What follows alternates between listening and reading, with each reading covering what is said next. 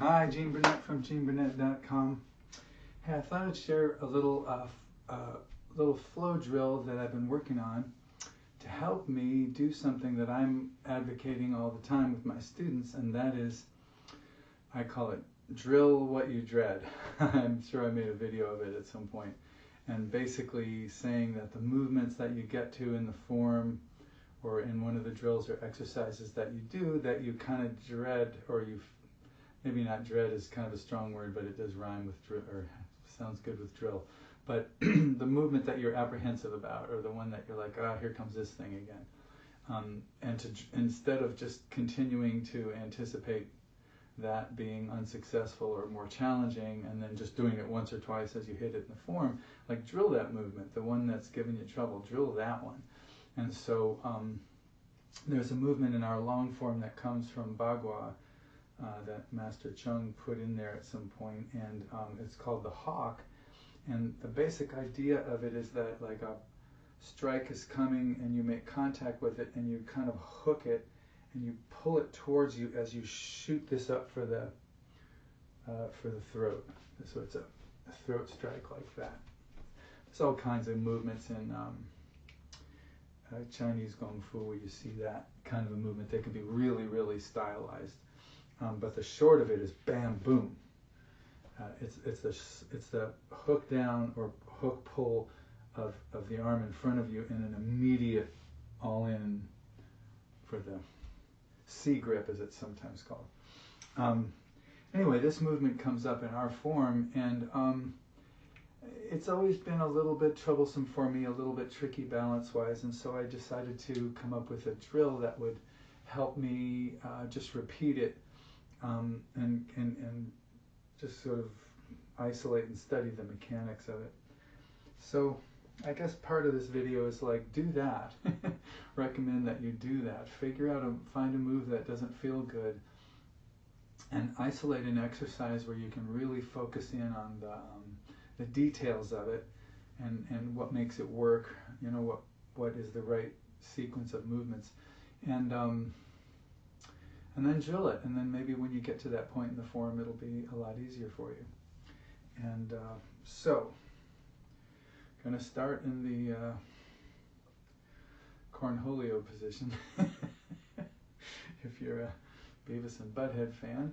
And I'm just going to notice that my right arm over here, your left, if you're looking at this can just go down like that, like it's just a soft curved palm, and I'm just smacking down with that.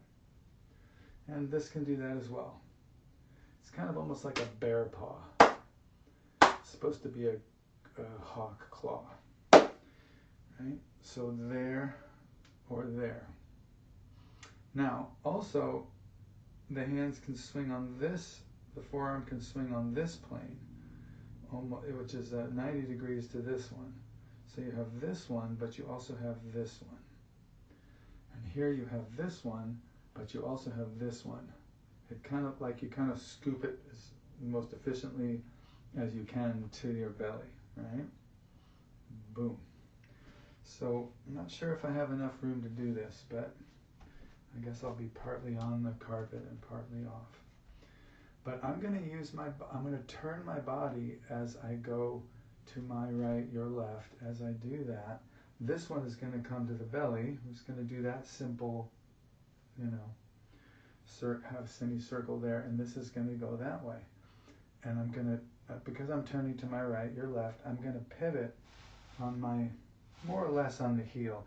I'm bringing the whole foot around, but my heel is the key here. I'm not doing it out there on the outside. You know, I'm keeping this heel on my center line, if my center line is facing this way, right?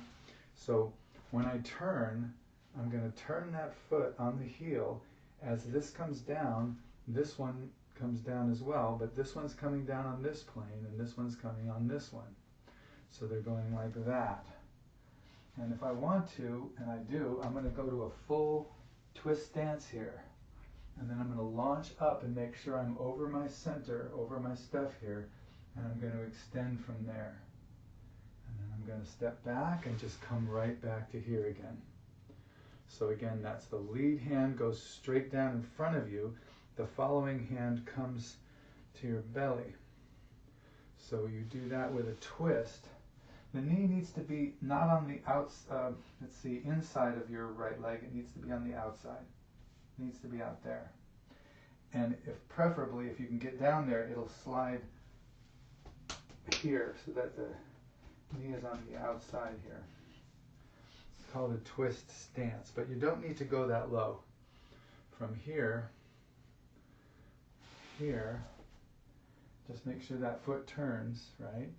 And then from here, you make sure you're over your stuff. This isn't about launching from your chest. It's about launching from this leg. You're going up and just a slight incline forward. Just a little tiny incline there. It's not up here. It's a little bit, you're kind of ducking and going in. And when you step back, right back to where you were. So let's go the other way. So the lead hand goes down, and the following hand goes to the belly. And see how this crosses your would-be midline here? And this one comes under the belly, ready. You toe out a little bit. You can go all the way into the squat if you want to. Over the leg, boom. I'm doing this a little choppy and a little mechanical just to break it down for myself and for you if you feel like trying this crazy thing. So it's down this way. Turn, I'm over this leg, making sure I'm over that leg before I go forward. Right? And back up. So, to smooth it out just a little bit,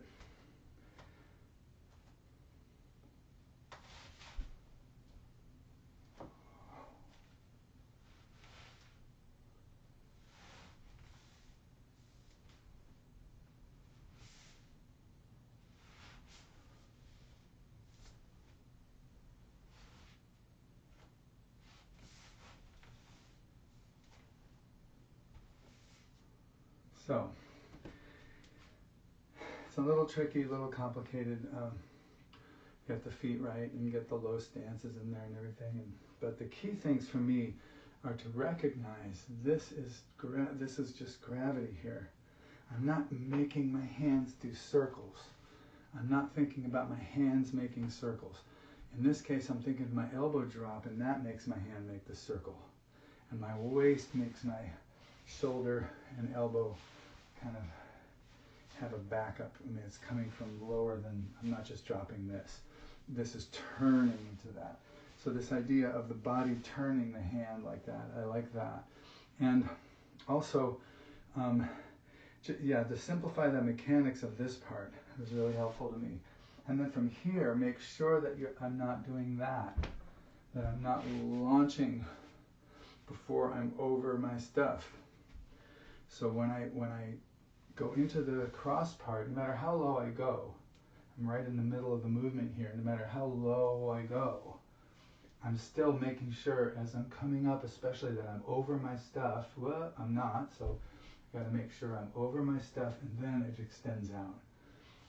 So again, it's the simplified mechanics, and then making sure I'm over my stuff before I launch these in two different directions. Now this is a really stylized movement. I mean, your hand would never be back here.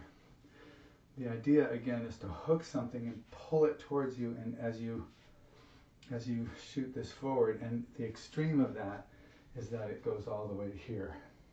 But you're just getting that idea of this is the direction that's going.